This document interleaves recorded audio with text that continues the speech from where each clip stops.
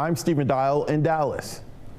I'm Rudy Koski in Austin. And I'm Greg Grugan in Houston, and this is Texas, the issue is. All of the campaign ads are finally off the air. That may be a plus for some people, not for TV stations. And your mailbox is a little less cluttered now that the election is over. Rudy, in one word, how would you describe what happened on Tuesday?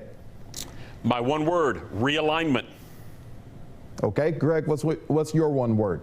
I'm going with loggerheads. Okay, we have a lot to discuss. The most watched race in the state as far as Texas is concerned was the race for governor, and Greg Abbott sailed to a third term in victory over Beto O'Rourke. It starts by keeping Texas as the #1 state for the best economy in America and the #1 state for jobs.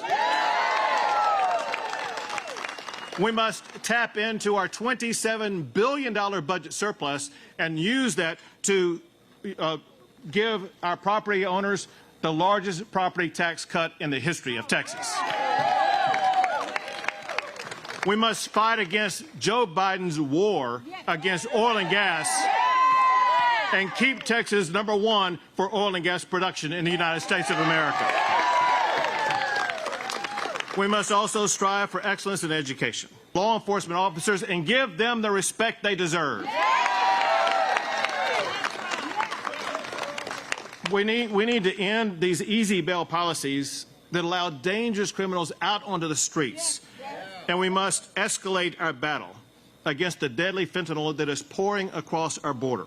And the best way that I can put all of this in a way that maybe any of us can understand is we just want a state where people are free enough and healthy enough to be able to pursue their potential and rise to fulfill their true promise. A state where we are not defined or divided based on our differences, but find the common interest for the common good right here on the common ground before us. Well, that still is the Texas that I want to live in.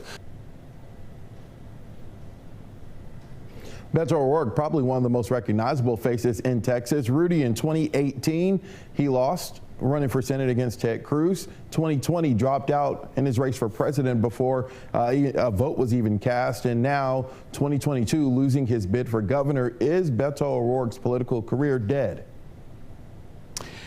Well, Stephen, I think that just talking about what we just heard, we heard the legislative priorities for the coming session from the governor. We probably also heard some of the legislative priorities for the Democratic House caucus. But to answer your question, no. I think that Beto could still get votes. I think a lot of partisan pundits think that he's done. And Tuesday night, he certainly hinted at an exit.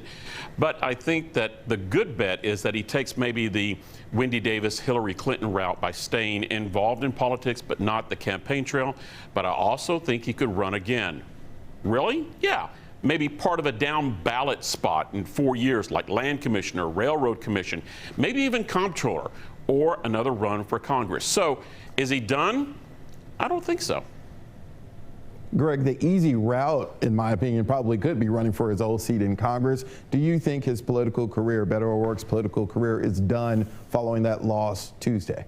Stephen, granted Beto O'Rourke is mired in a losing streak, but frankly, time is on his side. He's young, and I think both of you would agree he really embraces, even thrives on the retail side of the process, engaging with voters face-to-face with fervor.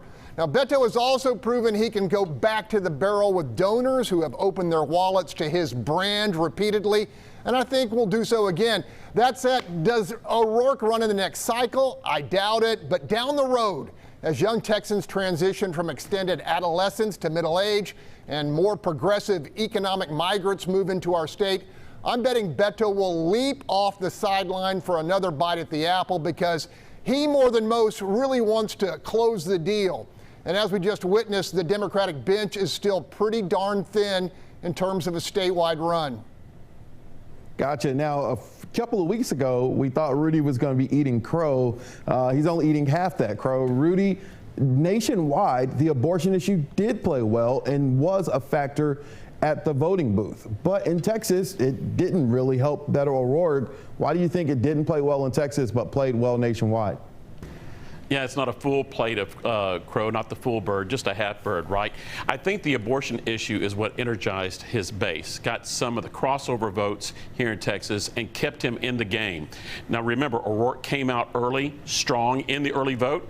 I would argue the abortion issue was a factor, a down ballot factor, and it's what put a lot of other Democratic candidates into the win column here in Texas on Tuesday night.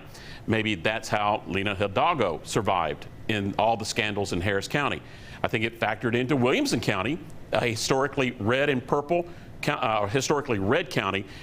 Tuesday night, it looks like it became a purple county. So, yeah, I think that it still factored in somewhat in Texas, but just not as big.